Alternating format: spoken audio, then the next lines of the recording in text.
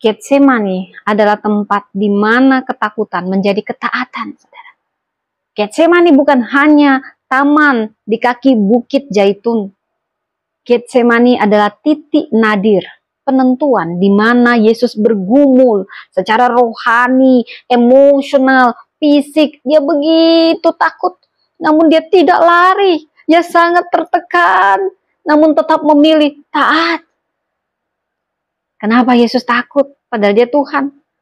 Apa yang kita teladani dari doanya yang tidak tertidur? Dia tidak tidur, itu malam yang panjang baginya di Getsemani. Karena dia tahu 2 jam lagi dia akan dicabik-cabik, saudara. Ada 3 teladan utama doa Yesus di Getsemani. Keintiman dengan Bapa dalam doa. Yesus berlutut dan berdoa. Ayat 41. Dia mengajarkan kita, memberi kita teladan bahwa di tengah penderitaan yang paling kita butuhkan bukan solusi, tetapi relasi dengan Tuhan. Cari wajah Tuhan, cari wajah Bapa, bukan hanya sekedar cari jalan keluar. Mari, saudara, saat tertekan cari Tuhan dulu, bukan pelarian atau hiburan dunia. Yang kedua, tentang penyerahan total kepada kehendak Allah. Jadilah kehendakmu, Bapa. Ayat 42. Yesus tidak menyangkal, dia jujur dengan keinginannya, tetapi dia menundukkan dirinya. Inilah bentuk ketaatan matang, jujur dalam doa, tapi taat dalam keputusan. Anda boleh jujur, katakan apa saja yang membebanimu, tetapi tetaplah pilih taat pada kehendak Bapa. Berkata jujur dalam doamu, tapi bersedialah taat saat jawabannya tidak sesuai keinginan. Yang ketiga, keteguhan hanya diperoleh lewat doa. Makanya di ayat 44, Yesus makin bersungguh-sungguh berdoa.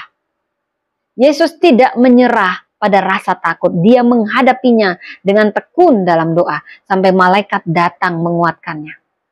Saudara, kita tidak selalu bisa menghindari rasa takut, tapi kita bisa memilih untuk berdoa sampai Tuhan memberi kekuatan dari atas. Mengapa Yesus takut di Getsemani? Dia adalah Tuhan yang menjadi manusia, bukan sebaliknya. Ketakutannya menunjukkan dia benar-benar bisa merasakan penderitaan kita sebagai manusia, bukan hanya sebagai Tuhan yang hanya menuntut penyembahan, tapi dia imam besar yang turut merasakan yang kita rasakan, dan dia juga tahu dia akan menanggung semua dosa manusia dan akan mengalami keterpisahan sesaat dari Bapa. Itu yang paling menyakitkan dari dia. Ini menunjukkan bahwa ketaatan bukan tanpa pergumulan, tetapi pilihan sadar yang harus dilandasi kasih. Ketakutan Yesus bukan tanda kelemahan, saudara, tetapi ini bukti kemanusiaan yang sejati dan kasih yang murni.